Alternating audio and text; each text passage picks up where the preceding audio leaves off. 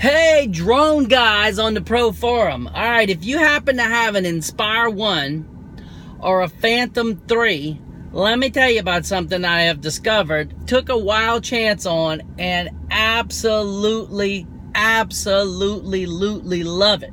You ready for this? Okay? This thing connects onto your antennas.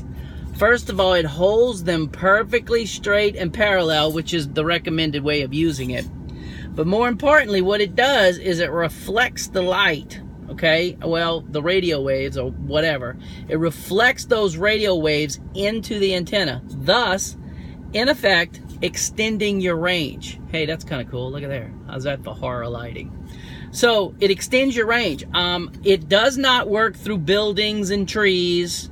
It does not work through, things like that. But if you're, for the most part, in an open area, it greatly enhances the signal strength. And, I mean, I've been blown away. In fact, I've been using it the last couple of days because I just got the new drone in. And blown away, people. I mean, this thing, I don't want to fly without it. So just a little FYI, I'm going to go ahead and post a link to where I got it off of eBay. This thing is really cool. Really cool. Comes with a nice little case. Doesn't cost a whole lot of money.